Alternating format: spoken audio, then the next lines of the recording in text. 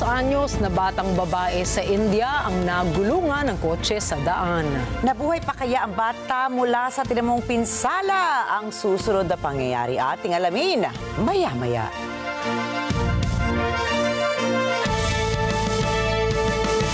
Magandang gabi. Ako po si Ricky Mathay. Ako si Nina Richie Alago Flores. Ito ang mata ng Agila International. Para naman sa mga headlines ngayong araw ng Miyerkules. Utang ng Pilipinas noong Pebrero lumobo sa 16.63 trillion pesos. Chinese research vessel namataan sa silangang bahagi ng Palawan. China nagsagawa ng full-scale live fire drill sa palibot ng Taiwan. Attorney General Pam Bondi na isang death penalty bilang hatol kay Luigi Mangione. White House makikipagpulong para pag-usapan ang TikTok deal. Content at the request of the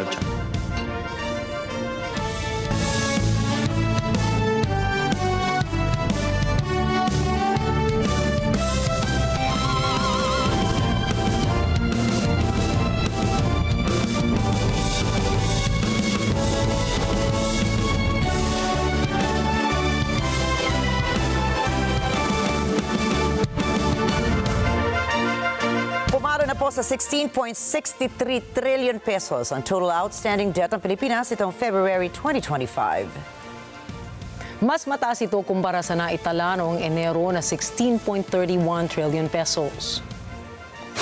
Ayon sa Bureau of the Treasury, may ambag ang dagdag na domestic at external debt ng bansa para suportahan ang mga public programs at proyekto ng gobyerno sa pagtaas ng sovereign debt ng Pilipinas. Ang domestic debt naman ng bansa ay umabot na sa 11.22 trillion pesos. Tumaas ito ng 1.26% mula 11.08 trillion pesos noong Enero. Samantalang foreign debt ay tumaas ng 3.44% sa 5.41 trillion pesos mula 5.23 trillion pesos nitong Enero rin. Sa kabila ng pagtaas ng debt levels, pinanindigan naman ng Treasury Bureau na nananatiling manageable ang sovereign debt ng bansa. Inaprubahan ng Estados Unidos ang isang $5.58 billion sale in 4 F-16 fighter jets dito sa Pilipinas. Ayon po sa Washington, bahagi ito ng commitment ng Estados Unidos na tulungan ang kanilang kaalyadong bansa, lalo na at mas tumitindi na ang tensyon sa Indo-Pacific region dahil sa ikinikilos ng China. Dagdag pa nila, layon din itong paunlarin ang seguridad ng Pilipinas para maging mahalagang puwersa para isulong ang political stability, kapayapaan at economic progress sa Southeast Asia. Malugod namang tinanggap ng Armed Forces of the Philippines ang jet sale. Anila malaking tulong ito para sa modernisasyon ng mga assets ng sandatahang lakas ng bansa. Ang Pilipinas po at Estados Unidos ay matagal na magkaalyado. Matatanda ang dumating sa U.S Secretary of Defense Pete Hegseth sa Pilipinas at nangako magpapatuloy ang ironclad commitment ng Estados Unidos sa Pilipinas. Bagaman tinamaan ng malakas na lindol ang Thailand at Myanmar, ay pagpapatuloy pa rin ang overseas absentee voting o OAV doon sa darating na April 13. Ayon kay COMELEC Chairperson George Garcia, magsasagawa ng postal voting ang mga overseas Filipino workers o OFW na nasa Myanmar. Anila magpapadala sila ng mga balota roon. Nasa higit 300 na mga Pilipino ang kasalukuyang nasa Myanmar ngayon. Samantala, magsasagawa naman ng internet voting ang mga OFW sa Thailand. Batay sa datos ng gobyerno, mayroong higit 8,000 mga Filipino voters ang nasa naturang bansa sa ngayon. Patuloy naman na hinihimok ni Garcia ang mga overseas voters sa Thailand na mag-enroll para sila ay makaboto para sa midterm polls. Ayon sa datos ng COMELEC, mayroong higit 1.2 million na mga registered overseas voters ang boboto ngayong darating na halalan. Umarangkada na ang dagdag pasahe sa Light Rail Transit Line 1 o LRT 1 ngayong April 2. Ayon sa Light Rail Manila Corporation, inaprubahan ng Department of Transportation ang dagdagan na 5 piso sa minimum fare ng single journey ticket at 10 pisong taas pasahe naman sa maximum fare nito. Ibig pong sabihin, mula 15 pesos ay magiging 20 pesos na ang minimum fare ng single journey ticket habang 55 pesos na ang maximum fare nito mula sa dating 45 pesos. Samantala, magiging 52 pesos na ang maximum fare ng mga stored value cards mula sa 43 pesos at 16 pesos naman ang magiging minimum fare nito ngayon. Hindi dapat mangamba pero tama lamang na maghanda ang Pilipinas sa posibilidad ng Taiwan invasion ayon sa Malacanang. Pinawiri ng Malacanang ang pangamba ng mga overseas Filipino workers o OFW at binigyan diin na may contingency plan ng gobyerno sa pagsagip sa mga Pilipinong maiipit sa posibleng pagsakop ng China sa Taiwan. Sa aming pagtanto ay hindi naman po dapat mabahala ang taong bayan patungkol po dito. Matatandaan na nitong Biyernes, March 28, ay bumisita si U.S Defense Chief Pete Hegseth sa Pilipinas. Muli nitong inulit ang ironclad commitment o pangako ng Estados Unidos sa Mutual Defense Treaty at tiniyak na lalong palalakasin ang military-to-military cooperation sa gitna ng Pilipinas at ng Estados Unidos.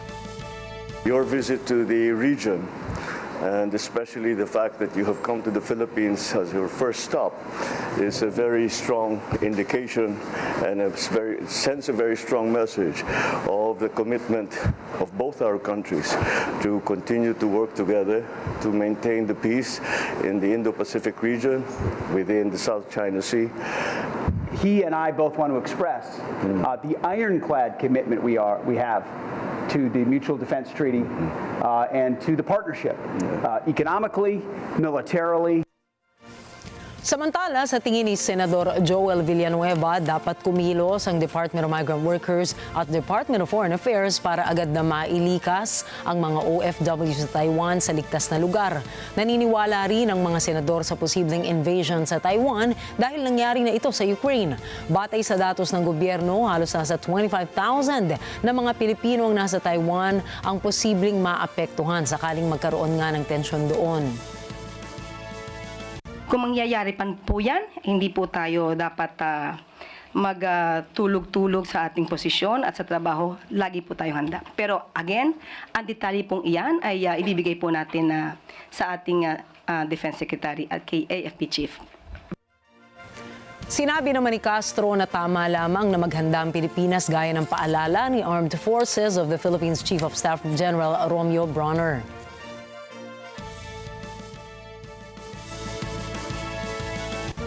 Nagpasalamat po si Vice President Sara Duterte kay Pangulong Ferdinand Marcos Jr. dahil nanumbalik ang relasyon nito sa kanyang amang si dating Pangulong Rodrigo Duterte na nakakulong ngayon sa Scheveningen Prison at The Hague. Nagkaroon anya ng kapatawaran sa pagitan nilang mag-ama para sa lahat na nangyari sa kanilang buhay. Sinabi rin ng bise na nagkaroon sila ng oras na mag-ama para mag-bonding dahil kahit anya hindi sila makapag-usap sa kulungan tungkol sa kaso o anumang legal na hakbang na kanilang isasagawa. Umaasa rin si VP Sara na mabubuo na ang legal team para sa kaso ng kanyang ama. Isang dokumento na lamang anya ang kanyang hinihintay at maaari na siyang umuwi ng Pilipinas. Itinaboy ng isang Islander aircraft ng Philippine Coast Guard o PCG ang isang Chinese vessel na namataan sa silangan ng isla ng Palawan. Kinumpirma ng PCG for the West Philippine Sea spokesperson Commodore J. Tariela na huling na-monitor ang Chinese research ship na Songhang sa layong 58 nautical miles mula sa bayan ng Aborlan. Sinabi ni Tariela na hinamon ng mga tauhan ng PCG ang mga kawani ng Songhang ship at ipinaalala na hindi pinapayagan ang kanilang presensya sa loob ng exclusive economic zone ng Pilipinas. Samantala, ipinakita ni SEALA Director Ray Powell ang ruta ng naturang research ship ng China. Anya, sa automatic identification system nito ay papunta ang Songhang sa Indian Ocean. Pero wala raw dahilan nito upang dumaan sa archipelagic waters ng Pilipinas. Naniniwala si Powell na lahat ng mga barko ng China ay maruang dual use. Kabilang na anya rito ang posibleng pangangalap ng intelligence.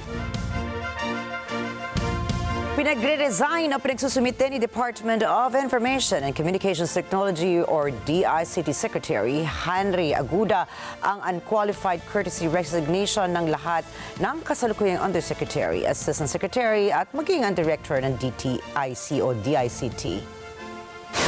Batay sa nilabas sa memorandum ni Agila, hindi dapat lalagpas ng April 4 ang pagsusumite ng courtesy resignations.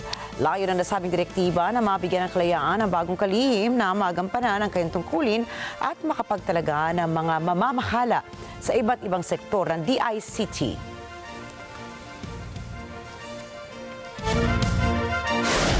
Susunod, China nagsagawa ng live fire drills sa paligid ng Taiwan.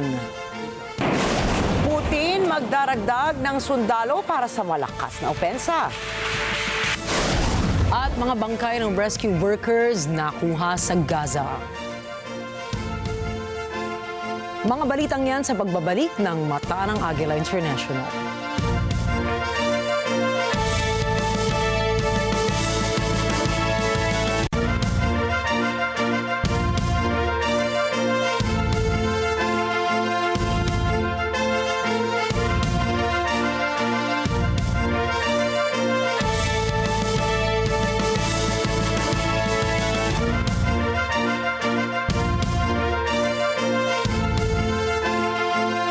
This portion is brought to you by Bio.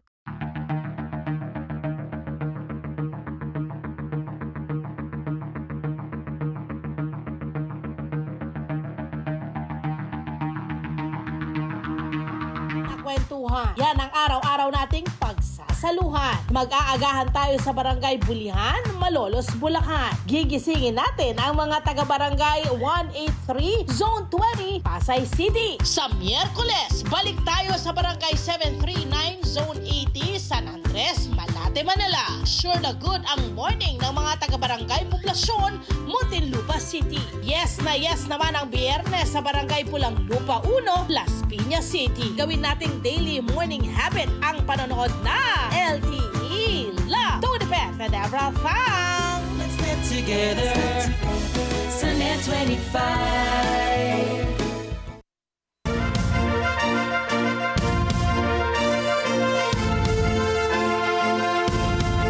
Nagsagawa ng long-range live fire drills ang China sa Taiwan Strait bilang pagpapalala ng pressure nito sa Taiwan.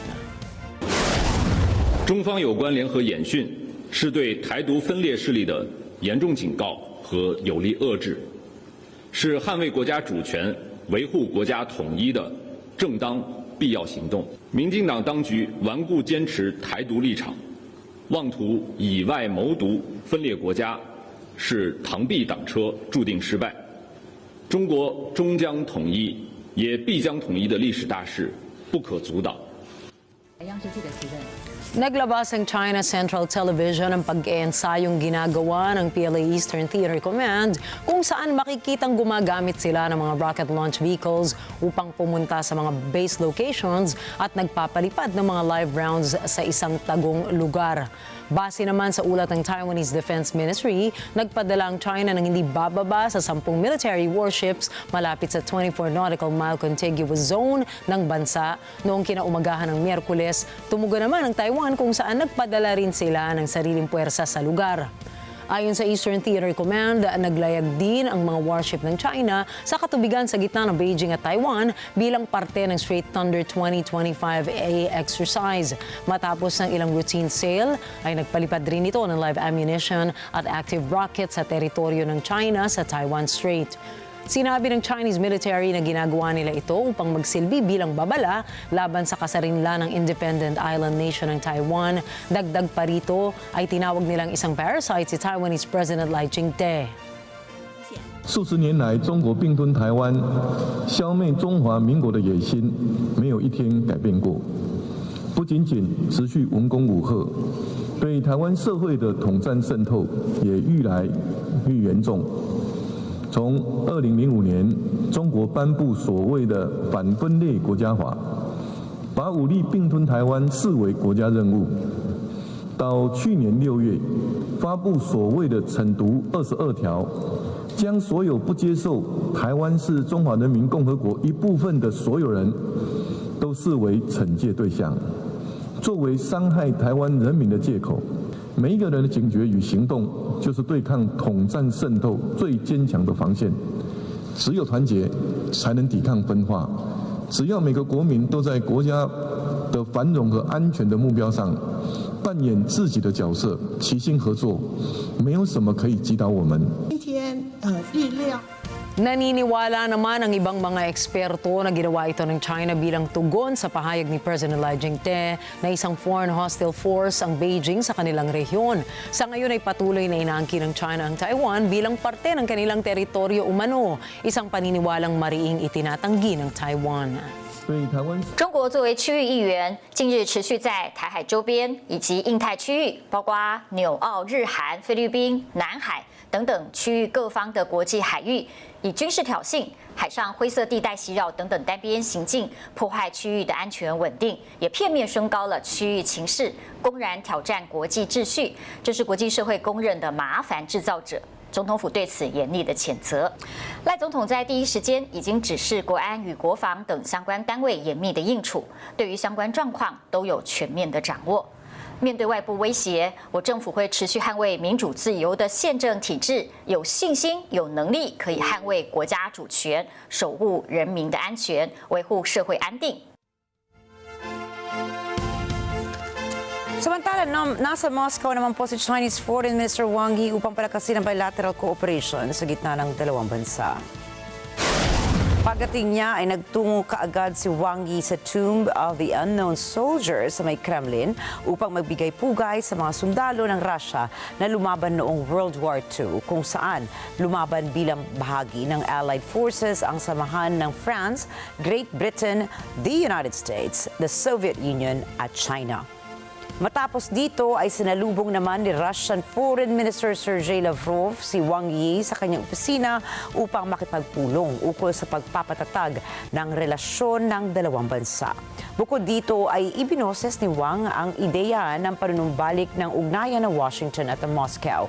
Pinuri din ni Lavrov ang malapit na ugnayan ni Russian President Vladimir Putin and Chinese President Xi Jinping, kung saan sinabi nitong parehas ang layunin ng dalawang pinuno ng Estado at dahil dito ay nangako si Lavrov at Yi na gagawin nila ang lahat upang masuportahan ang interes ng kanilang mga bansa. Наши руководители, президент Путин и председатель Си Цзиньпин, недавно в ходе контакта по видеоконференц-связи, до этого был телефонный разговор, они вновь подтвердили обоюдный настрой на последовательное укрепление российско-китайской связки, и мы приложим все усилия для эффективной реализации их договоренностей. Видимая ответственность Москвы и Пекина за тесную координацию на международной арене. В этом страны мирового большинства видят, наверное, самый существенный стабилизирующий фактор в это непростое время развития мировой политики. Matapos dito ay tinanggap ni Russian President Vladimir Putin si Wang Yi sa kanyang opisina, kung saan sinabi ni Putin na inaasahan niyang bibisita si Chinese President Xi Jinping sa Moscow sa Mayo sa anibersaryo ng World War II. Позвольте мне вас сердечно поприветствовать в Москве. Я очень рад вас снова видеть. И прежде чем мы начнем беседу, сразу же хочу вас попросить передать дружеский привет председателю Китайской Народной Республики, нашему хорошему другу, господину Си Цзиньпиню. Мы ждем его в России по случаю 80-летия победы в Великой Отечественной войне, во Второй мировой. Мы вместе отметим этот юбилей и победу над нацистской Германией, и победу над милитаристской Японией. Мы хотим выразить удовлетворение тем, как развиваются наши отношения. Sinimulan na ng Russia ang pagkuha ng pinakamataas na bilang ng mga sundalo ngayong taon. Si Sinabi ni Russian President Vladimir Putin na mayroong 160,000 na mga kalalakihan edad 18 hanggang 30 ang kanilang nirecruit. Ang nasabing bilang ay siyang pinakamalaki mula pa noong 2011. Una nang sinabi ni Putin na palalakihin nila ang bilang ng mga sundalo na mula aktibong 1.5 million ay magiging 2.39 million na ito ngayong taon. Nilinaw naman ni Vice Adam Vladimir Tsimlyansky na ang mga bagong recruit na mga sundalo ay hindi nila isasabak sa paglaban kontra Ukraine. Nagsagawa ng taunang naval exercise ang 12 bansa ng NATO sa Black Sea at sa Danube River Delta. Pinangunahan ng Romania ang mahigit 2,300 sundalo sa tinatawag na Sea Shield Drill. Sumama ang Albania, Bulgaria, Canada, France, Greece, Italy, United Kingdom, the Netherlands, Spain, United States at Turkey sa nasabing military exercises. Layong po nito nga palakasin ang pagtutulungan ng mga hukbong pandagat, panghimpapawid at panlupang puwersa ng NATO. Na-recover ng Palestinian Civil Defense at ng United Nations ang bangkay ng 15 mga emergency at aid workers sa timog na bahagi ng Gaza Strip. Sa isang social media post, ibinahagi ni UN Aid Chief Tom Fletcher na natagpuan ang mga bangkay malapit sa mga sira-sirang mga sasakyan. Anya ang 15 na individual ay walang habas na pinatay ng Israeli forces habang walang takot na nagliligtas ng mga buhay at biktima ng gyera sa naturang bansa. Humihingi ngayon ang UN ng hustisya at pananagutan mula sa kampo ng Israeli military. Samantala, hindi naman sumagot at nagbigay ng kanilang pahayag patungkol sa pagkamatay ng mga aid workers ang mga military forces ng Israel. Sa ngayon ay natukoy na ang mga pagkakakilanlan ng mga biktima at nabigyan na ng maayos na libing habang bunsod nito ay umakyat na sa kabuuang bilang na 408 ang mga nasawi sa Israel-Hamas war. If they commit any mischief, they will surely receive a strong reciprocal blow. Ito po ang naging pahayag ni Supreme Leader Ayatollah Ali Khamenei ng Iran kasunod ang pagbabanta ni U.S. President Donald Trump na kung hindi makikipagkasundo ang Tehran sa Washington patungkol po yan sa nuclear program nito ay magkakaroon anya ng pambobomba sa Iran na hindi pa nila nakikita noon. ملت‌های دنیا عصبانی‌اند، ناراحتند تا اونجایی که اطلاع دارن از بسیاری از مسائل، از جنایات کشورهای دنیا، ملت‌های دنیا اطلاع ندارن. اینی که می‌بینید تو خیابان‌های اروپا و حتی آمریکا علیه رژیم صهیونیستی شعار میدن به خاطر اطلاعات محدود اونهاست. اطلاعات بیشتری داشته باشن بیشتر از این هم میکنن. نتیجه این حرفایی که عرض میکنم اینه که این گروه تبهکار باید از فلسطین ریشه‌کن بشود. Sinabi rin ni Khamenei na kung iniisip ng Estados Unidos na magdudulot ng sedisyon sa loob ng Iran kagaya ng mga nakaraang taon ay tutugunan niya ito ng kanyang bansa. Matatandaan pong sinisisi ng Iran ang West countries dahil sa mga kaguluhang nangyayari sa kanilang bansa noon. Kabilang narito ang mga protesta, ang pagkamatay ni Masa Amini at pagtaas ng presyo ng gasolina. Samantala, sinagot ni Iranian President Masoud Pezeshkian ang sulat ng Washington noong nakaraang linggo at pumayag na makipagnegosasyon sa Estados Unidos sa pamamagitan lamang ng indirect talks alinsunod sa injunction na inilabas ni Khamenei. Kinontra ng United Nations ang pahayag ng Israel na mayroon pang sapat na pagkain sa Gaza Strip. With the WFP closing all the bakeries and Israel still keeping all the borders closed, Israel says there's still enough food that was delivered to Gaza during the ceasefire. What is the UN's response to that? As far as the UN is concerned, that's ridiculous. I mean, we are at the tail end of our supplies, of the UN, of the supplies that came in through the humanitarian route. You know, WFP doesn't close its bakeries for fun. If there's no flour, if there's no cooking gas, the bakeries cannot open. Sinabi ni UN spokesperson Stefan Dujarric na hindi alam ng Israel ang sinasabi nito dahil mabilis na naubos ang humanitarian supplies para sa Gaza. Itinanggi rin nila na hawak umano ng mga Hamas ang humanitarian aid ng UN na naipasok sa Gaza mula nang ipatupad ang 6 na linggong ceasefire. You just called that ridiculous. Kogat actually posted this, said that over 25,200 trucks entered Gaza during the 6 weeks ceasefire, and UN aid was less than 30% of the amount. And they said they calculated they should be enough for a long period of time in Gaza, and accusing Hamas of taking those food in position. Does UN know any of those circumstances from your 30% of the food? I'm talking about the UN's humanitarian supplies. I answered that question, right? It is, I think what we saw during the ceasefire, when the parties were living up to their obligations as ceasefire, we saw humanitarian aid flood Gaza, right? We saw markets come back to life. We saw prices going down. We saw hostages released. We saw Palestinian detainees released. We need to go back to that. Let me get down to this. Is this accusation of Hamas positioning the aid from UN NGOs are false? The UN has kept a chain of custody, and a very good chain of custody on all the aid it's delivered. Magugunitang una ng nanawagan ng UN na dapat ay magkaroon ng pangmatagalang ceasefire upang mabigyan ng tulong ang mga apektadong residente ng Gaza. Una rito ay patuloy ang ginagawang airstrikes ng Israel hanggang sa tuluyang mapalaya ng Hamas ang kanilang mga bihag.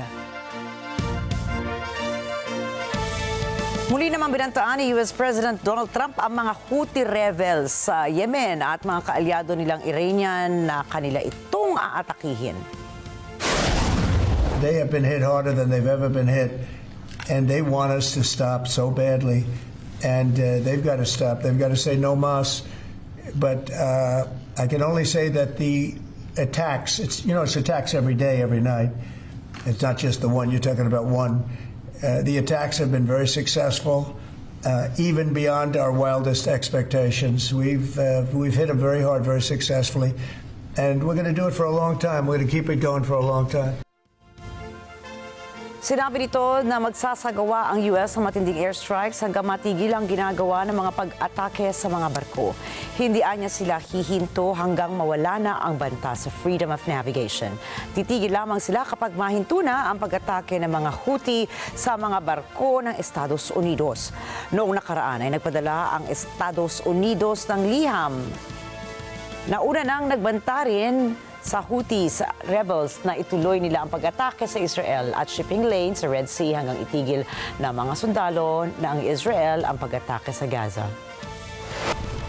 نفذت القوات الصاروخية وسلاح الجو المسير والقوات البحرية خلال الساعات الماضية عملية عسكرية مشتركة استهدفت من خلالها القطع الحربية المعادية في البحر الأحمر وعلى رأسها حاملة الطائرات الأمريكية ترومان التي ينطلق منها العدوان على بلدنا. واستمرت المواجهة والاشتباك لعدة ساعات فيما تستمر القوات المسلحة حتى ساعة إعلان هذا البيان في التصدي الفاعل للعدوان والتعامل المسؤول مع مختلف التطورات والمستجدات ضمن منطقة العمليات وانتصارا لمظلومية الشعب الفلسطيني في غزة واستمرارا في إسناده ودعمه. وفي وقت سابق استهدف سلاح الجو المسير أهدافا عسكرية للعدو الإسرائيلي في منطقة يافا المحتلة وذلك بعدد من الطائرات المسيرة وقد حققت العملية أهدافها بنجاح بفضل الله. Kasunod nito ay tinanggihan ni Iranian President Masoud Pezeshkian ang naturang alok ng US na sumailalim sa negosasyon para sa isang ceasefire at denuclearization deal. Hindi naman nagpatinag ang Iran kung saan anumang pag-atake ng US ay kanilang tatapatan. مذاکره به طور مستقیم رد شده اما مذاکره به طور غیر مستقیم همیشه ایران در اون رابطه بوده و الان هم آقا معظم رهبری تاکید فرمودن که مذاکره غیر مستقیم همچنان میتونه ادامه داشته باشه. ما از مذاکره نه تنها پرهیز نمی‌کنیم بلکه اون بدعهدی هاست که برای ما مشکل ایجاد کرده تا کنون باید ثابت بکنن که میتونن اعتماد رو در رابطه با تصمیمات ایجاد بکنن که امیدوارم اینم. Kinumpirma ng White House na tuloy na ang anunsyo ni Pangulong Donald Trump ukol sa panibagong mga taripa na sisimulang ipatupad ngayong Miyerkules. Si Jonah Malari para sa balita. Ayon kay White House Press Secretary Carolyn Leavitt, tapos na ang mga araw na iniisahan ng Amerika. Anya, kung ang mga produkto ay sa Amerika gagawin, walang taripang babayaran. But those days of America, beginning tomorrow, being ripped off are over. American workers and businesses will be put first under President Trump, just as he promised on the campaign trail. The president's historic action tomorrow will improve American competitiveness in every area of industry, reduce our massive trade deficits, and ultimately protect our economic and national security. President Trump's economic vision is rooted in common sense. America will offer companies the lowest taxes, energy costs, regulations, if they make their products right here in the United States and hire American workers for the job. It's simple. If you make your product in America, you will pay no tariffs. Nagbalangkas ang White House aides ng 20% ng taripa sa karamihan ng mga produktong ini-import papasok ng US. Sa Miyerkules ng hapon, nakahandang ipahayag ni Trump ang panibagong mga taripa na pinangangambahang magpapainit ng pambuong mundong trade war. Ayon sa Pangulo, ang 2 ng Abril ay Liberation Day o Araw ng Kalayaan para sa bansa. My understanding is that the tariff announcement will come tomorrow. They will be effective immediately. And the president has been teasing this for quite some time, as you know. He's talked a lot about April 2nd as Liberation Day in America. It would be taking place today if not for April Fool's Day. But tomorrow will be the day, and he's been talking about it for a while. And as a result, you've seen these companies make commitments to investing right here in the United States. Ayon kay Trump, ang ganting taripang ito ay para sa mga bansang nagpapataw ng multa sa US goods. Ayon sa White House, anumang bansa na hindi patas ang pagtrato sa Americans ay dapat umasa sa taripang ipapataw. Naka-schedule na ilahad ang tariff plan ng Pangulo sa Rose Garden alas 4 ng hapon ngayong Miyerkules sa Washington, D.C. Jonna Malari para sa mata ng Agila International, trusted, connected, on point. Pinangambahan na marami na malamang ay isusunod na sa bawas pondo ng U.S. Government of Food Stamps Program ng bansa. Ito po ang Supplemental Nutrition Assistance Program na nagpapakain sa may 41.7 million na Amerikano noong nakaraang taon. Michelle Verzonilla po para sa report. Humaharap din ang U.S. Supplemental Nutrition Assistance Program o SNAP sa malawakang tigil pondo sa ilalim ng isang budget plan na pinag-uusapan ngayon sa Kongreso. Noong taong 2023, 42.1 million Americans o 12.6% ng populasyon ng US ang nakinabang sa SNAP. Para sa mga umaasa sa programang ito, nasa peligro ang ilalaman ng kanilang mga sikmura sakaling bawasan o putulin ng tuluyan ang pondo para rito. I don't know what I would eat because I rely on that to expect to eat for the month. That would hurt my pocket. I wouldn't know what to do. I mean, there's other programs that offer you food boxes and stuff, but it's not the food that you want to eat. You can use your food stamp card and go anywhere that accepts EBT, and they'll take it. So that's good. You know, right now I got a Venom, and it's my energy for the day, and that's from food stamps. So I rely on this burger joint. Para naman sa isang restaurant owner na si First Lee Summit, suliraning malaki ito para sa mga taong nakaasa sa programa, lalong-lalo na sa mga walang tirahan. Like the big issue would be people who can't. Like homeless people. I understand they were surviving before it, but they were digging at trash cans. They were barely finding food. That's the real issue. Is that like us as businesses, we survived before it. We could survive after it. I mean, it's gonna be worse, but we'll live. But the real issue is people like homeless people, disabled people. That's the big problem. Ang umuugong na bawas pondo sa SNAP ay bahagi ng malawakang funding cuts na isinasagawa ng Administrasyon Trump gamit ang Department of Government Efficiency na pinamumunuan ni Elon Musk. Target ng funding cuts na ito ang ilang mga programa ng gobyerno at libu-libong federal jobs. Michelle Verzonilla para sa mata ng Agila International, trusted, connected on point. Nakamit ni U.S. Senator Cory Booker ang bagong record ng pinakamahabang speech na nailatag sa Senado. Ang nasabing speech ay tumagal ng 25 hours and 4 minutes. Tinalakay sa talumpati ng American Democrat ang kanyang symbolic protest laban kay U.S. President Donald Trump. Kasama rin sa mga mahalagang paksa ay ang patuloy na paglawak ng impluwensya ng mga bilyonaryo maging ang pagsira ni Elon Musk ng mga programa ng gobyerno. Binalaan niya rin ang lahat sa diktadorya, tulad ng pagkawala ng mga tao ng walang due process. Maging ang bullying ni Trump sa media at paglulungsad nito ng sariling press corps tulad ni Russian President Vladimir Putin. Ayon sa senador, magsasalita siya hanggat kaya ng kanyang katawan. Hinikayat din ni Booker ang lahat na tumugon sa paglaban kay Trump, pati na rin sa kabaitan na pagmamalasakit sa kanilang komunidad. Umalingaw-ngaw ang palakpakan matapos ang makasaysayang talumpati ng senador. Nagsimula si Booker sa kanyang talumpati bandang alas 7 ng gabi noong Lunes at natapos naman noong alas 8 sumunod na gabi. In just 71 days, the President of the United States has inflicted so much harm on Americans' safety, financial stability, the core foundations of our democracy, and even our aspirations as a people from our highest offices, a sense of common decency. These are not normal times in America. And they should not be treated as such.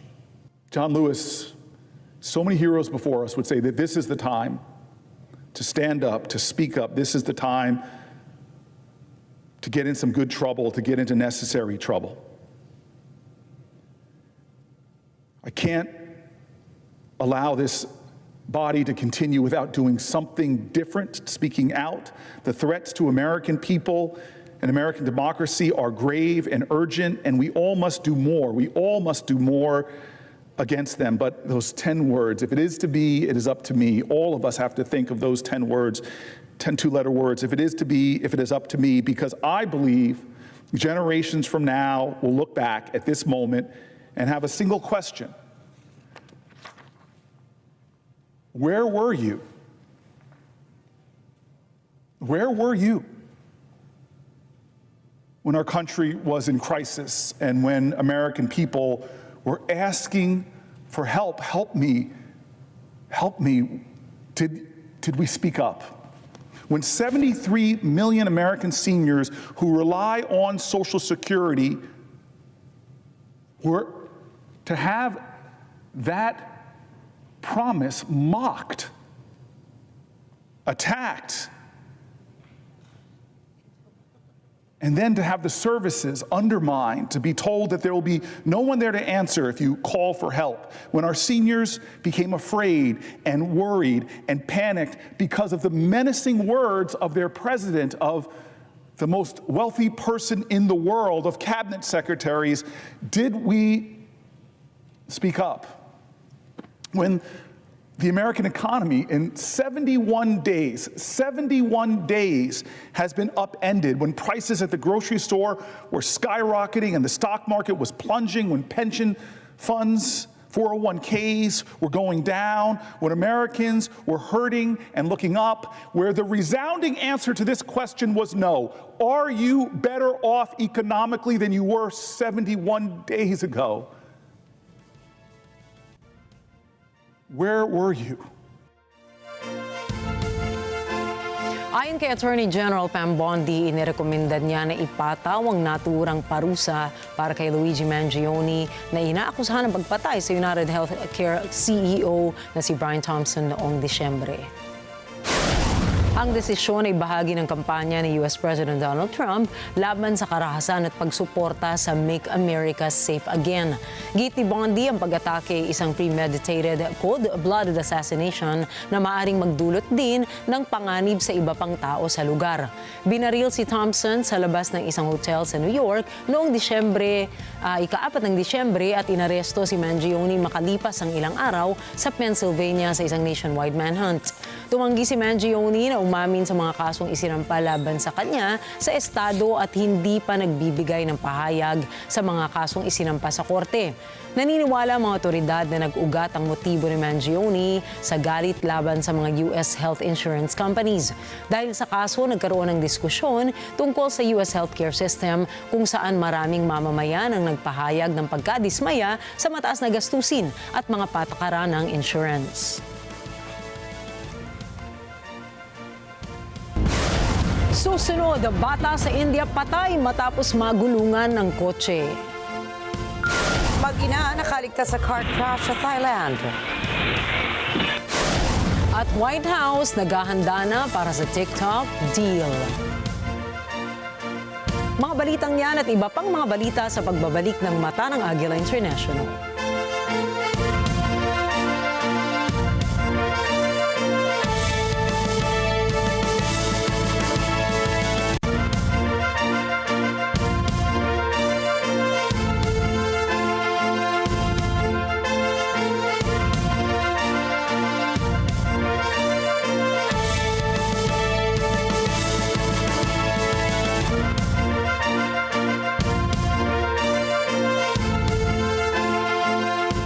Sa Manila Bay, may mga balsang palutang-lutang.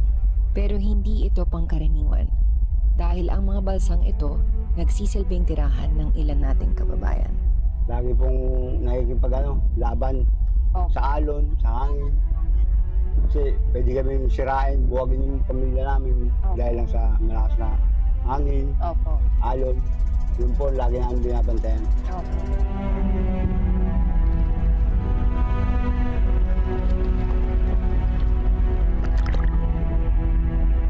Kung isipin mo nakakatakot talaga kasi sa ilalim po kayo. Nakatakot po talaga kayo. Ang isip na lang namin ng makakuha ng taong mga benta, makakain sa buong araw.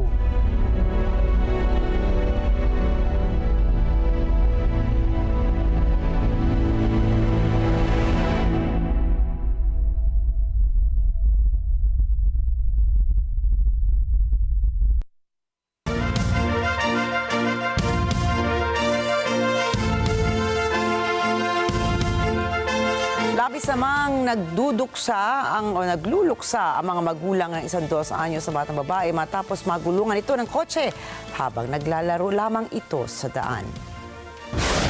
Ayon sa lokal na ulat, nagdala pa ang bata sa ospital subalit doon na siya namatay. Kinilala ang driver ng kotse bilang isang 15 anyos na bata. Pinaniniwala ang pagmamay-ari ng kapitbahay ng pamilya ang biktima ng sasakyan. Inaresto ng pulisya ang menor de edad na suspect pati na rin ang ama nito. Kinasuhan ang suspect ng rash and negligent driving at causing death by negligence. Patuloy pa rin ang investigasyon ng mga otoridad hinggil sa insidente. Nakaligtas naman ang mag-ina sa Thailand matapos bumulaga ang isang pickup truck sa loob ng kanilang bakery. Mula sa CCTV footage na nakalap, naglilinis ng loob ng kanilang tindahan ng mag-ina nang naganap ang insidente. Buti na lamang agad na napansin ng dalawa ang pagpasok ng kotse sa kanilang store at nakaiwas sila. Nabasag ang glass door ng kanilang bakery dahil sa lakas ng impact ng pag-crash ng sasakyan. Batay sa salaysay ng driver ng kotse, paparada lamang sana ito sa harap ng bakery na nagkamali ito sa pagmamaneho. Sa halip kasi ng reverse mode ay napili nito ang drive mode. Dito na siya nagpanik at natapakan ng gasolina kaysa sa brake pedal. Nagkausap naman ang may-ari ng bakery at ang driver kung magkano ang babayaran sa mga naging kasiraan sa tindahan. Nakipag-ugnay na po sa mga otoridad ang Bonifacio Global Center upang mapanagot ang kick streamer na si Vitaly. Ito Ito ay matapos sa mga pagkakataong nanggugulo ang vlogger sa mga dumaraan. Umabot rin na nag-prank siya sa pang-hold up ng isang ginang. Hindi rin nakalusot ang ilang guards na tinatangayan pa niya ng cap sa ilang video clips. Ayon sa kanyang YouTube account, ito mismo ang kanyang pakay at main content ng kanyang vlogs.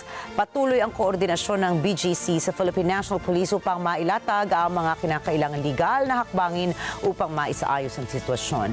Ayon pa sa kanila, nananatili pa rin na top priority ang kaligtasan ng mga tao sa BGC. Sinisikap pa rin kunan ng pahayag si Vitaly patungkol sa issue.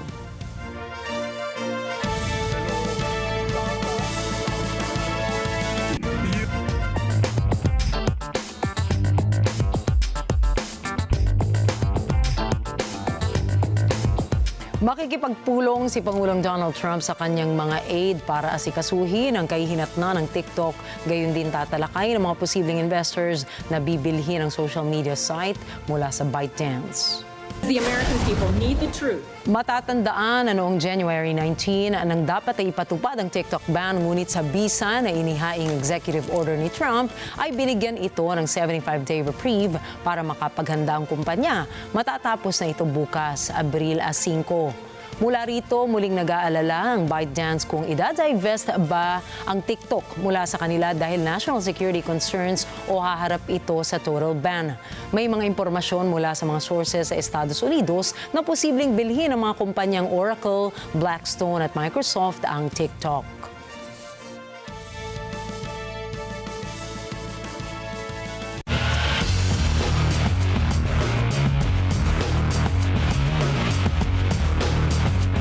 Hindi nagpatinag si EJ Obiena sa kapal ng hamog sa kanyang kapaligiran dahil naipanalo pa rin niya ang laban sa Taiwan International Pole Vault Championships.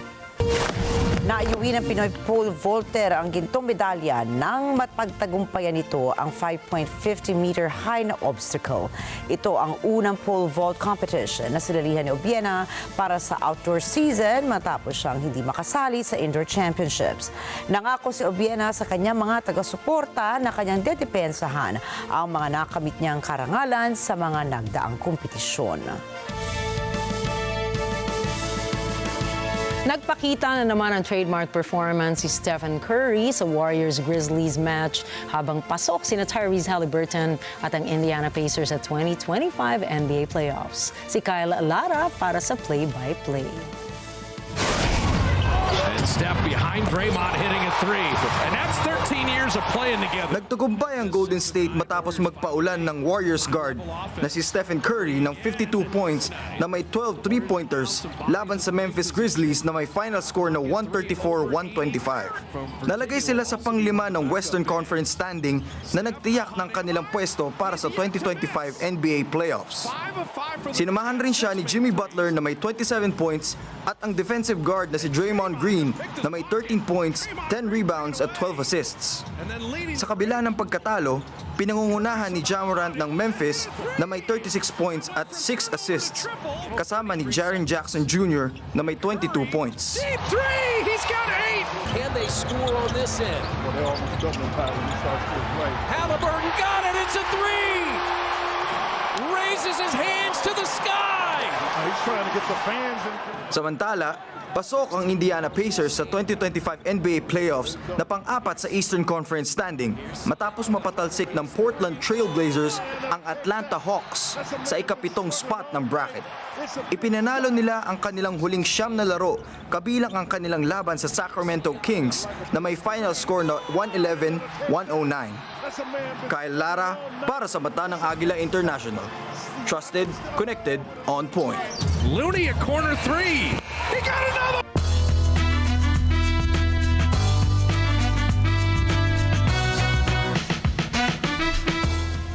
Pumanaw na po si Val Kilmer, kilala sa mga pelikulang Batman Forever at The Doors, sa edad na 65. Ayon sa kanyang anak na si Mercedes Kilmer, ang sanhi ng pagpanaw ng aktor ay pneumonia. Nabatid na throat cancer survivor si Kilmer bago dinapuan ng panibagong karamdaman. Si Kilmer ay sumikat noong 1980s at 1990s sa mga pelikulang Top Gun, Real Genius, Willow, Heat at The Saint, bukod pa sa iba. Bumuhos ang mga pagpupugay mula naman sa iba't ibang panig matapos ang balita ng kanyang pagpanaw. Noong taong 2021, muling nagbalik si Kilmer sa pelikula sa Top Gun Maverick bilang ang kanyang titular character na si Iceman kahit hindi na siya nakapagsalita dahil po diyan sa sakit. Isa rin siyang tampok sa dokumentaryong Val na inilabas noong parehong taon na nagbigay na malalimang pagtingin sa kanyang buhay at pagiging isang artist. Bilang isang versatile na actor, naging bahagi si Kilmer na maraming sikat na pelikula at nag-iwan ng mahalagang kontribusyon sa mundo ng sining.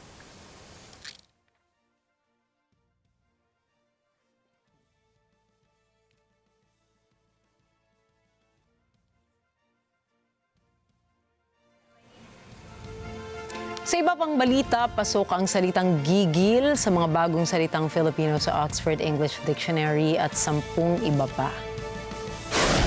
Nitong Marso, ang salitang gigil ay idinagdag sa Philippine English category na may kahulugan ng isang napakatinding pakiramdam na hindi mapaglabanan o matiis kapag nakakakita ng isang tao o bagay na cute. Kasabay nito ang mga salitang CR o comfort room, kababayan, lumpia, Pinoy, salakot na isang uri ng tradisyonal na sombrerong Pilipino, sando, Thomasite, videoke, magload at terror. Nitong weekend po, namukadkad naman ng husto ang cherry blossom tree sa kabisera ng Estados Unidos. Kada tagsibol, libo-libo pong tao mula sa iba't ibang panig ng mundo ang dumarayo pa sa Washington, D.C. upang saksihan ang pamumulaklak ng mga punong ito na inirigalo pa ng Japan sa U.S. noong taong 1912. Mula po sa Tidal Basin kung saan hitik na hitik ang cherry blossoms. Narito po si NET25 correspondent Elise Daniel. Fans of the adorable cherry blossoms have been flocking to the U.S. Capitol to catch a glimpse of these pink, beautiful flowers before they fall away. The U.S. National Park Service says this weekend, from March 28th to the 31st, is the peak bloom of the cherry blossoms for this season. Admirers of these pink flowers have traveled from near and far to snap photos, be with friends, or simply take in the awe-inspiring view of these delicate and short-lived blooms. Well, this is my first time experiencing the peak bloom for the cherry blossom, so I'm just in awe on how beautiful they are. These thousands of cherry blossom trees were a gift of Japan to the United States in 1912 to symbolize the friendship between the Japanese and the American people. In Japanese culture, cherry blossoms are a symbol of renewal, hope, and the fleeting nature of life. It is often associated with the arrival of spring. Along with the blooming of the flowers, the city puts together the National Cherry Blossom Celebration. It is a city-wide event that recognizes Japan's gift to Washington, D.C. This year, the celebrations include the Blossom Kite event and the National Cherry Blossom Parade. In Washington, D.C., Elise Danielle for Matana Agila International, trusted, connected, on point. At narito po kami para maghatid ng balita sa anumang dako ng mundo. Magandang gabi po. Ako po muli si Ricky Mathay. Ako si Nina Richie Alago Flores. Ito ang Mata ng Agila International. Para naman sa iba pang mga balitang nangyari rin sa iba't ibang panig ng mundo, punta tayo kay Alma Angeles para sa Mata ng Agila World News. Take it away, Alma.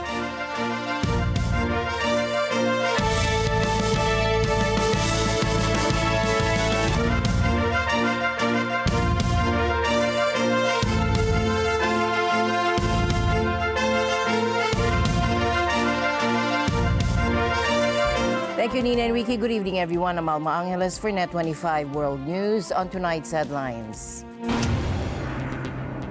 China's foreign ministry issues a strong rebuke to the Philippines over its remarks on Taiwan, telling Manila that those who play with fire will burn themselves. The warning comes after the Philippines Armed Forces chief urged troops to prepare for possible conflict. And China conducts long-range live-fire drills in the East China Sea targeting key infrastructure in what it calls a precision strike exercise. The move follows sharp rhetoric against Taiwan's President Lai Ching-te and coincides with U.S. Defense Secretary Pete Hegseth's visit to Asia, where he has openly criticized Beijing. A race against time in Myanmar, rescue efforts intensify after a powerful earthquake leaves devastation in its wake. Aid groups warned that the window to find survivors is closing, while the death toll rises and basic necessities run dangerously low. And from the global phenomenon Minecraft to the big screen, Warner Brothers is releasing a Minecraft movie this April, tapping into a gaming legacy unlike any other. And the news starts now.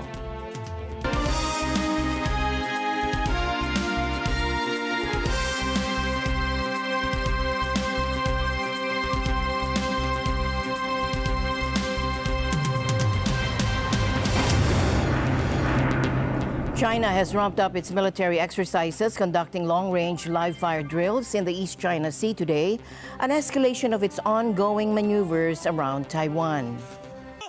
Beijing says the drills targeted key ports and energy sites, but didn't specify where.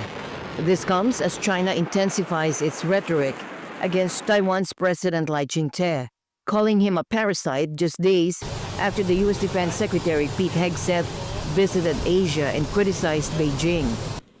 America and Japan stand firmly together in the face of aggressive and coercive actions by the Communist Chinese.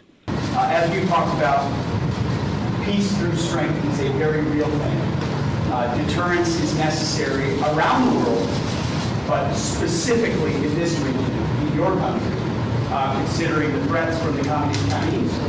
China, which claims Taiwan as its own, has condemned Lai as a separatist, an accusation he rejects, insisting Taiwan's future is up to its people.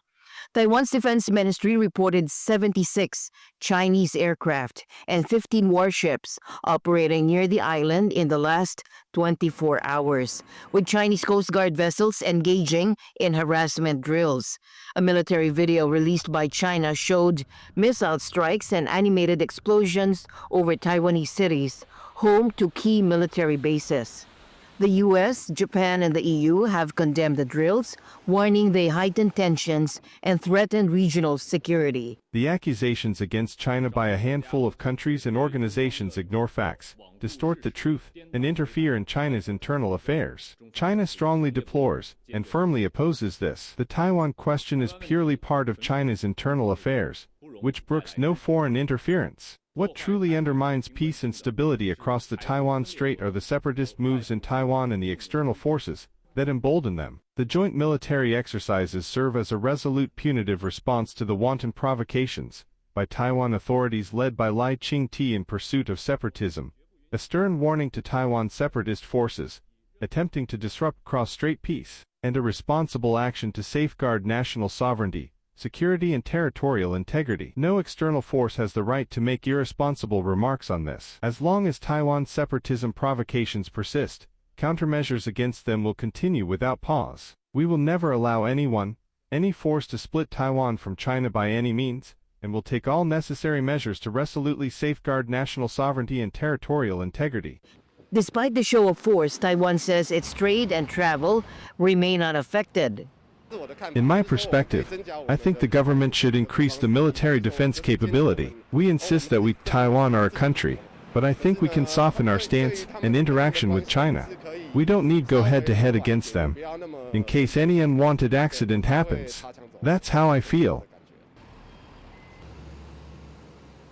I think as a Taiwanese people, we have to worry about this, because right now it's like, we are in the water pot, and they are boiling the water gradually, step by step. And if we are not aware of this kind of situation, it will be a huge threat for Taiwanese people's daily life. But the problem right now is because the administration here in Taiwan, they are actually emphasizing, they are trying their best to monitor all the situation. They do not really reveal all the reality to the public. So this is why also the public, we do not know why we should worry about the situation. because we don't have the sufficient information and transparency about the reality of the battleground. To protect 250,000 Filipinos in Taiwan, the AFP chief has directed Northern Luzon Command to prepare for a possible Chinese invasion. Speaking at NOLCOM's anniversary celebration, Bronner emphasized that if such an invasion occurs, they would be on the front lines to assist the approximately 250,000 Filipinos living and working in Taiwan. Let me give you this challenge, this further challenge. Do not be content with securing just the northern hemisphere up to Mavulis Island. Start planning for actions in case there is an invasion of Taiwan. Okay? So extend na natin yung sphere of operations natin. Because if something happens to Taiwan, inevitably we will be involved. There are 250,000 OFWs working in Taiwan, and we will have to rescue them. Bronner made the remark following reports that the Chinese military had deployed assets and forces in Taiwan for the conduct of drills aimed at practicing a blockade of self-ruled island. The China government has continually insisted that Taiwan is part of its territory. Meanwhile, Chinese Foreign Ministry urged the Philippines not to make unfounded comments regarding Taiwan, warning those who play with fire will burn themselves. Ministry spokesperson Guo Jiakun's remarks at a regular press conference came in response to Philippine Armed Forces Chief Romeo Bronner telling soldiers to start planning for actions in case there is an invasion of Taiwan. Because if something happens to Taiwan, inevitably we will be involved. The Taiwan issue is China's internal affairs and the core of China's core interests. How to solve the Taiwan issue is the Chinese people's own business, and others are not allowed to make decisions. We advise the relevant people in the Philippines not to provoke and play with fire on the Taiwan issue. Those who play with fire will get burned. We also firmly oppose the relevant people's unfounded comments that reverse right and wrong and smear and hype. China's military held long-range live-fire drills in the East China Sea in an escalation of ongoing drills around Taiwan, saying it was practicing precision strikes on port and energy facilities, but with no details on the exact location.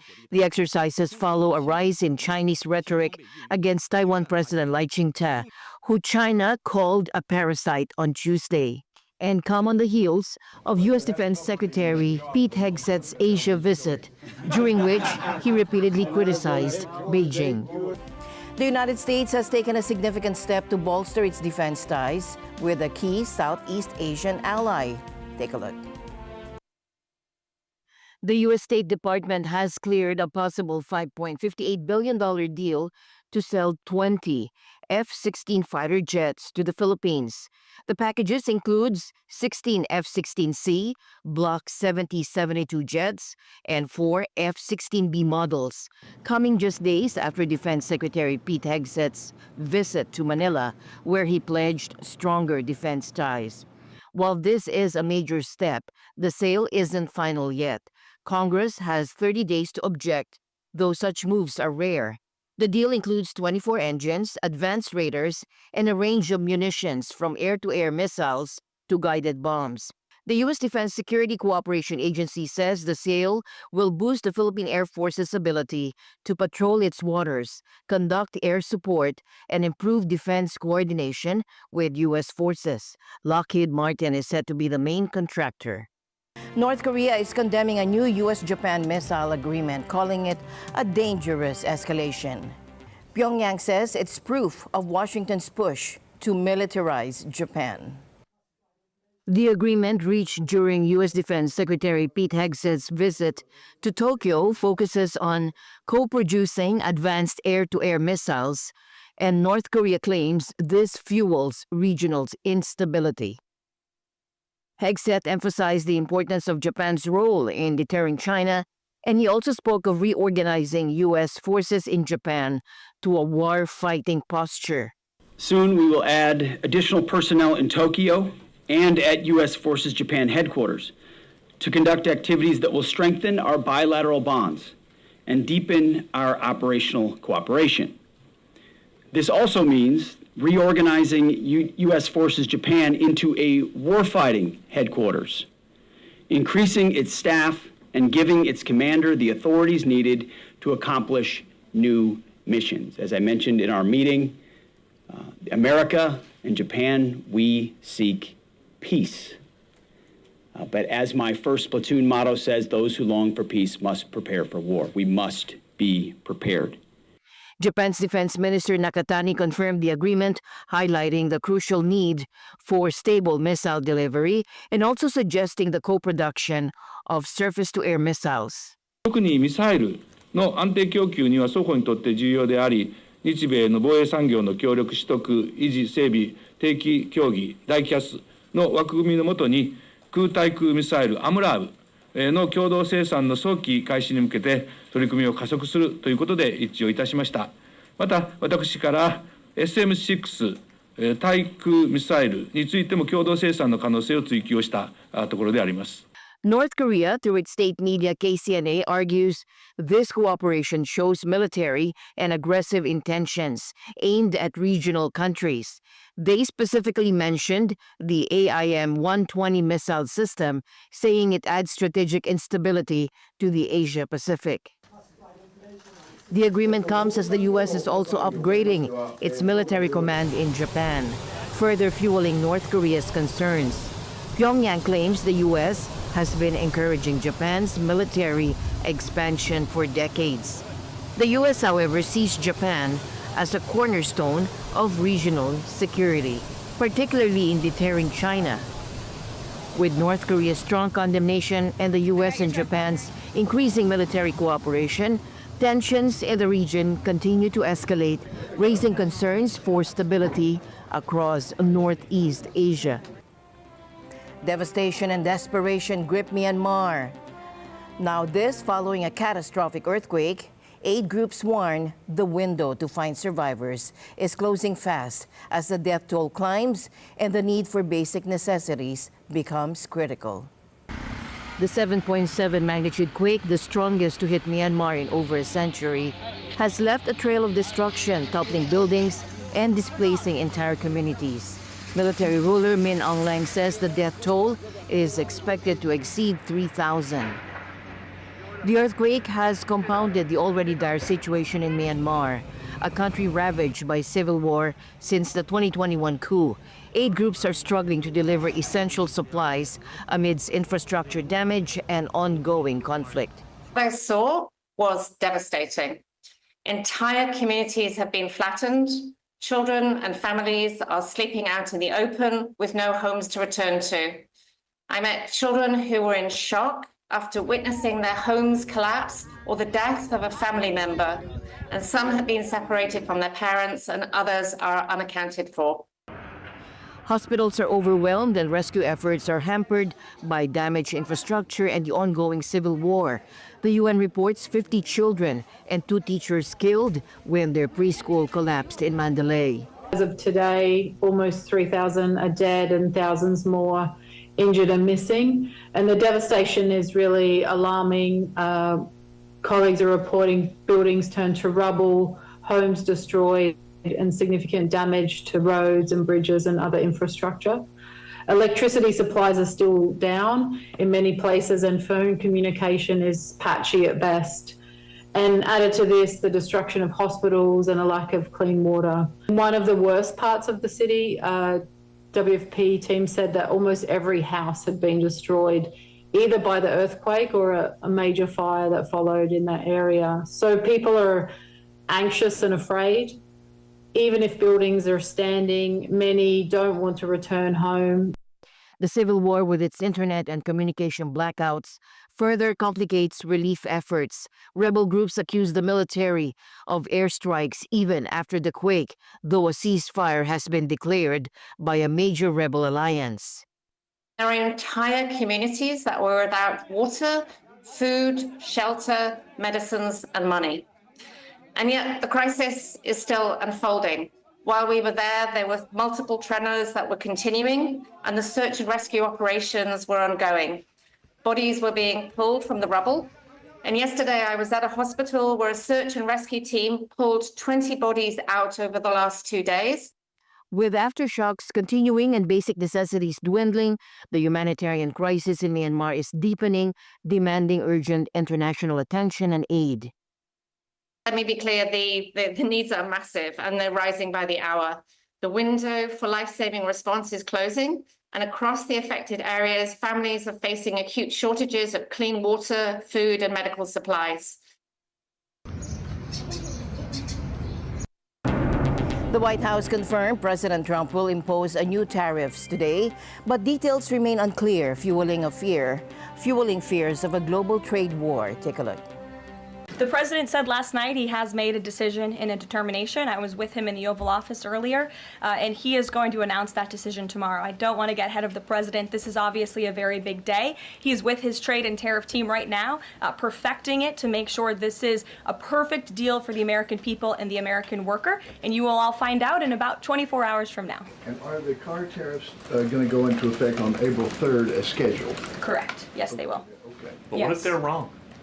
They're not going to be wrong. It is going to work. And the president has a brilliant team of advisors who have been studying these issues for decades. We are focused on restoring the golden age of America and making America a manufacturing superpower.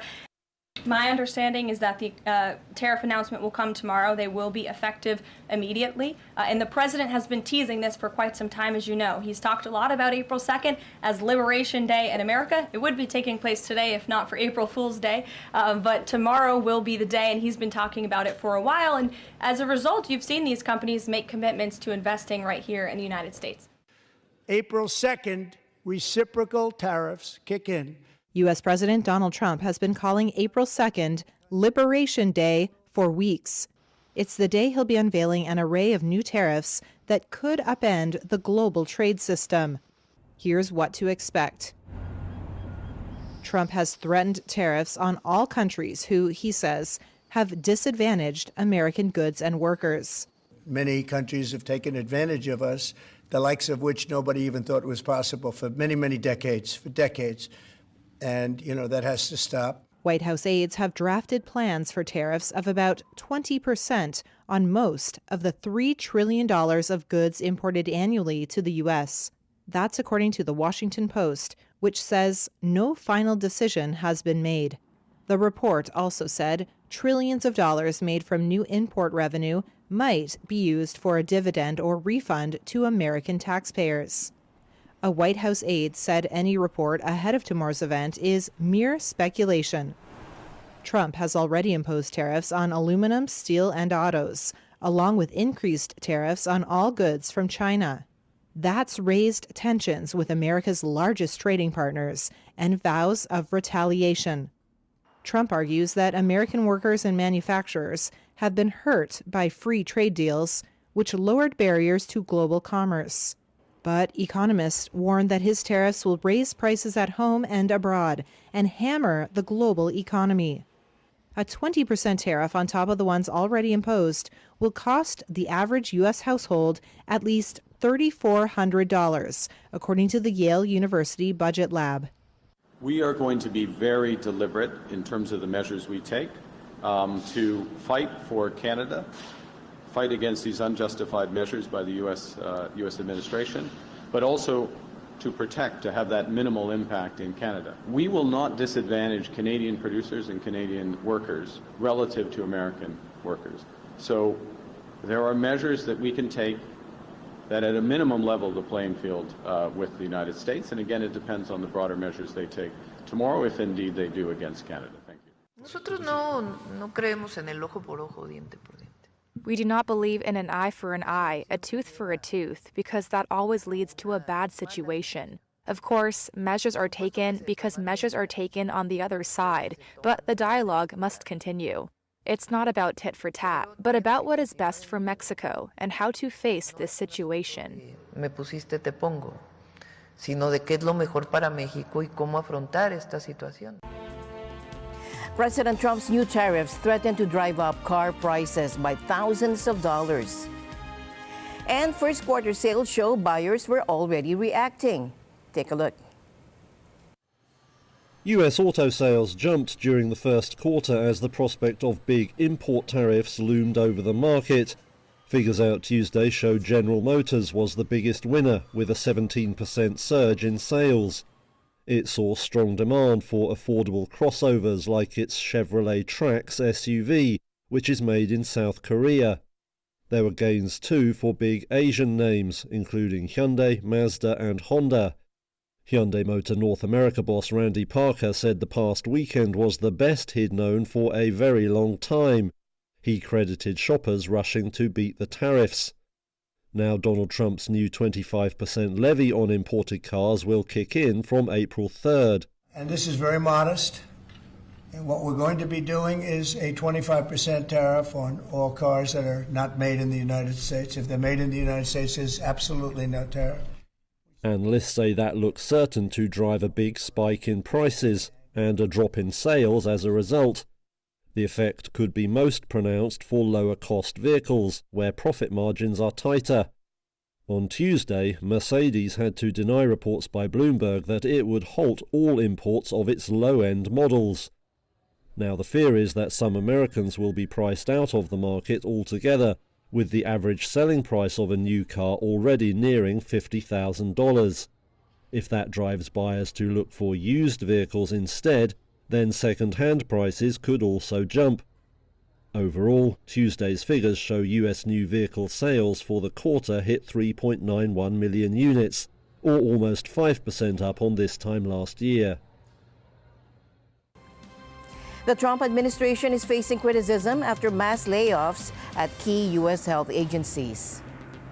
And critics say the cuts impacting the CDC, FDA, and NIH put public safety at risk. The Trump administration began mass layoffs of 10,000 staffers at U.S. health agencies, according to Reuters sources. The cuts affect major U.S. health agencies, including the Centers for Disease Control and Prevention, the Food and Drug Administration, and the National Institutes of Health. While Health Secretary Robert F. Kennedy Jr. has described the cuts as essential to streamlining a bloated bureaucracy, the layoffs, including earlier dismissals, have led to the departures of top scientists at key agencies for public health, cancer research, and drug oversight, raising concerns about how the U.S. will safely oversee the health sector and respond to emergencies. According to one source, an FDA employee said staff had to present their badges at the building entrance, and those who had been fired were given a ticket and told to return home. The ticket, seen by Reuters, listed phone numbers for 10 different departments for employees to call to retrieve their essential equipment. The cuts are part of a broad plan by President Donald Trump and billionaire ally Elon Musk to shrink staffing levels in federal departments and agencies. Wild weather wreaks havoc across continents, from Michigan to Greece and Australia. Powerful storms have unleashed destruction, leaving a trail of damage and disruption. In Michigan, ferocious winds ripped the roof of a mobile home, a stark image of the weekend's powerful storms that left 3 dead, nearly 200,000 without power. And video captured the moment the roof was torn away as parts of the state were battered by winds reaching 95 miles per hour.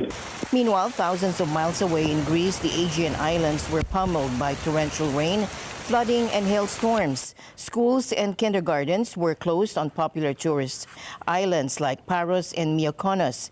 In Paros, muddy water stranded vehicles, forcing authorities to scramble for heavy machinery to clear roads. Mykonos was blanketed in hail, while other islands like Syros, Simi, Kalymnos, and Kos also faced school closures. Scientists attribute Greece's frequent flooding to warming waters caused by rising global temperatures. And in Australia, Sydney's iconic beaches were hit by massive swells and king tides. Bondi Beach saw significant damage, with the Iceberg Surf Club suffering shattered glass doors and balconies. The club's pool and gym were forced to close. A large water storage tank washed up on the beach overnight. Further south, Cronulla Beach was also closed due to the dangerous swells. The southerly swell just pounding into the water here, turning 15 panels of toughened glass into splinters, completely ripping the cupboards off the wall in the lifeguards tower. It's just devastating. High tide was, it's been really big and it's been coming over the esplanade. The esplanade's closed off. So, yeah, occasionally we get that, but not very often. And the news continues here on NET25. We'll be right back. Dahil walang hinto ang balita. Financial straits. Mata ng Agila Weekend tuwing Sabado, alas 4 ng hapon. Ito ang NET25. Matatag, matapag, matapak. Let's net together sa NET25. Sa NET25.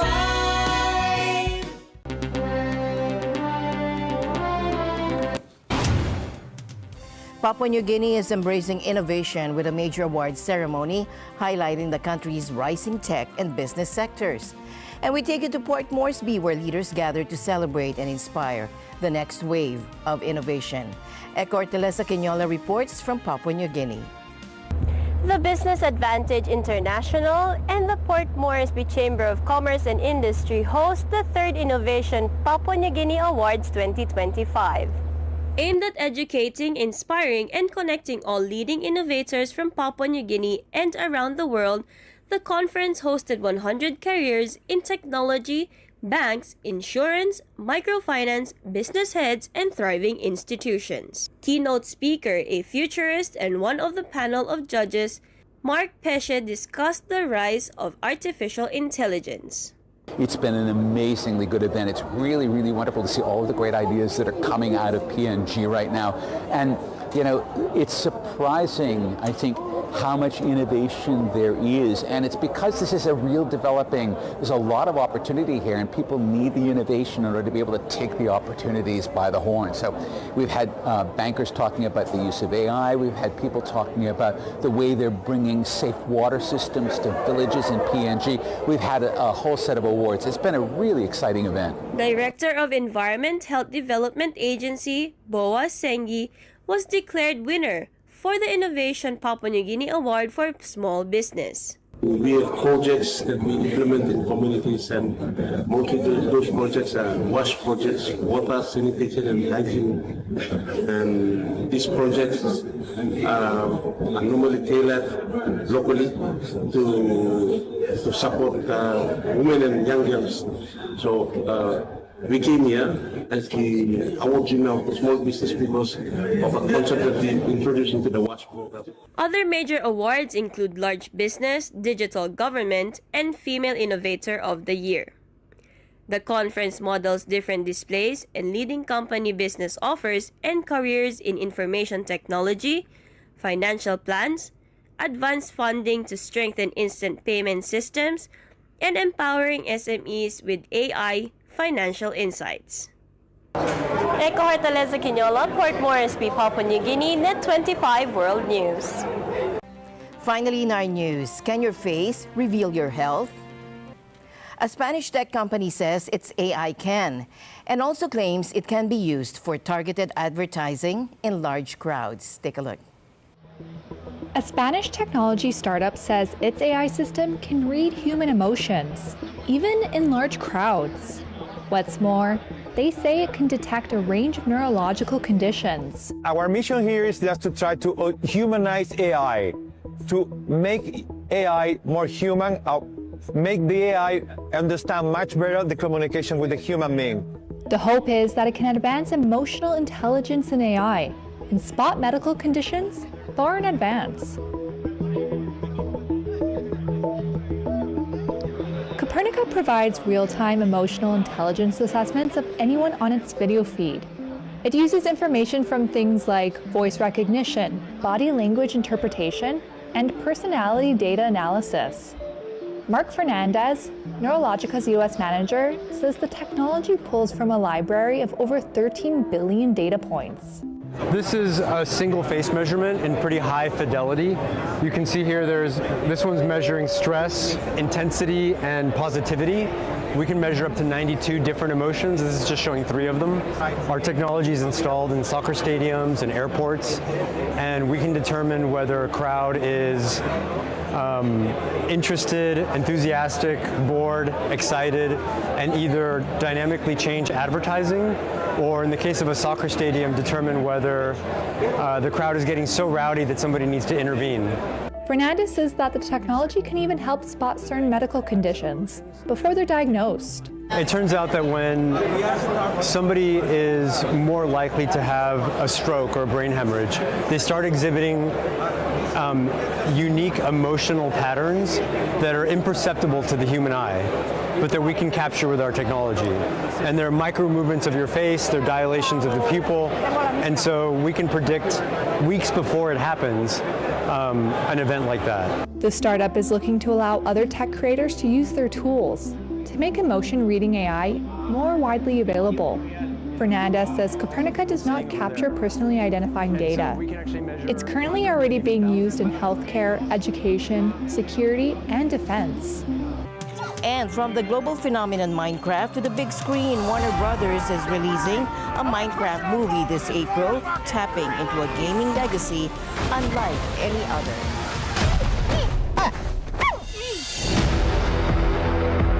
I had kids that were obsessed with Minecraft years before I heard about this movie. So I learned how to play the game because I love games, and I was like, I gotta speak the language, and it really was like learning a language. It's not easy. You don't get it that first day. You gotta make the commitment to working on it for a few days, concentrated effort. And once I got it, I was like, oh, I get it. You're building things. It's architecture. You were homies. Dude, we bonded so hard. We should be the new James Bond. Dude, have they approached you for that, by the way? No. Life here was perfect. This is a Minecraft story. It doesn't get every nook and cranny of the game, but... And with that, we end tonight's broadcast. For everyone here on NET25, I'm Alma Angeles. Thank you all for joining us. Good night.